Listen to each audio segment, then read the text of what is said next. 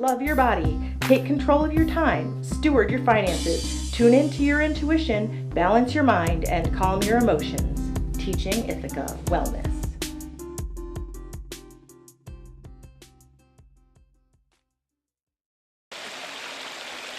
Hello and welcome to Guided Meditations with Alison Rawlins. Since this is the first week, I'll introduce myself just a little. First off, my circumstance is that I'm a single mother working the daily 9 to 5, coming home, putting food on the table, and cleaning up. And I have all the joys and responsibilities that go along with that role. But is what you do who you are? Let me tell you a little story about how I got here to your television screen, about to introduce you to this week's daily meditation topic. About 10 years ago, I sustained a spinal injury on the job and I was completely unable to work for about a year. Some of that time I was lucid enough between pain medications and various surgeries to study and to write. And I completed my undergraduate studies online.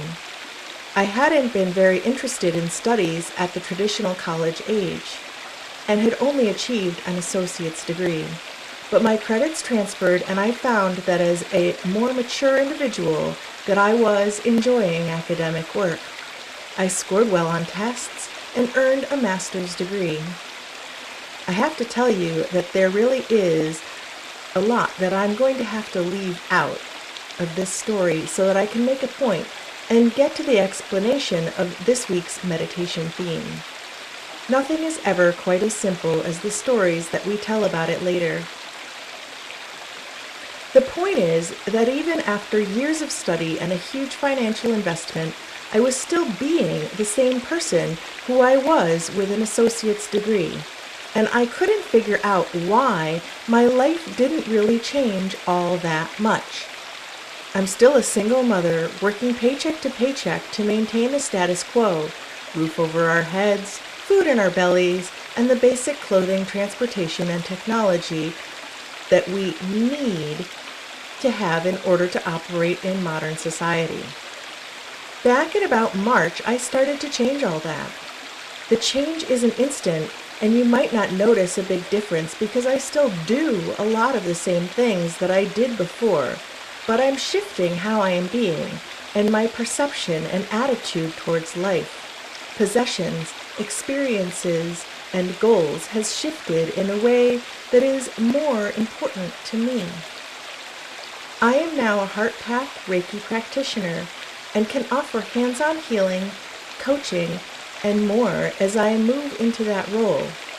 I realize that executive coaching was something I had in my master's program already, but I never claimed it before. That it's something I should be using every day in my 9 to 5, and my attitude, performance, and satisfaction with that job has improved. Another part of my story that is not easy to admit is a tendency towards addiction.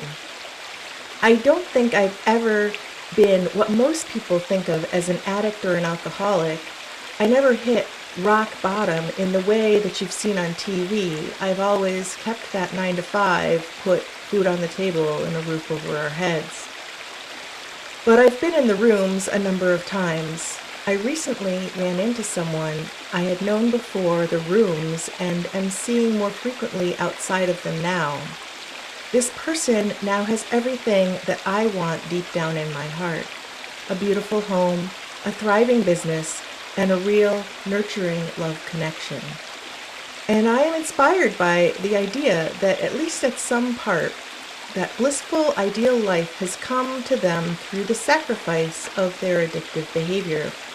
So even though I continue to give into my addictions through the month-long process of being certified to offer Reiki healing to others, when I did receive my certificate, I made a conscious choice to try something different.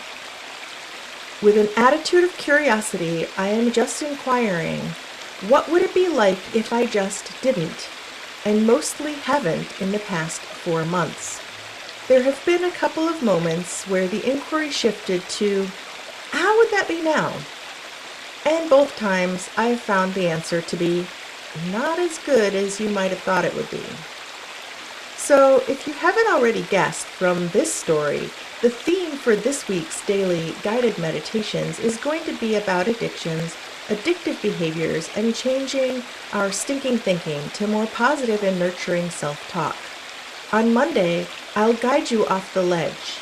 Tuesday, we'll meet your true self. Wednesday, we'll get clear on what you really want. Thursday, we'll navigate through choppy waters. And Friday, we'll go see where you are a year from now.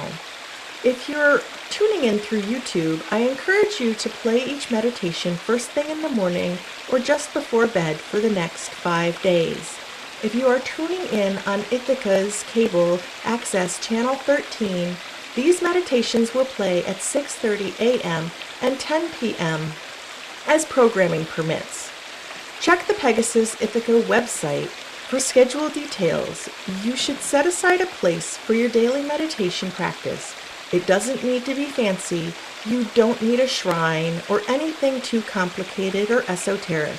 Just a chair or a place to lay down in a way that you will be comfortable but not too likely to fall asleep. Email uncannytimealley@gmail.com if you have any questions. Good night.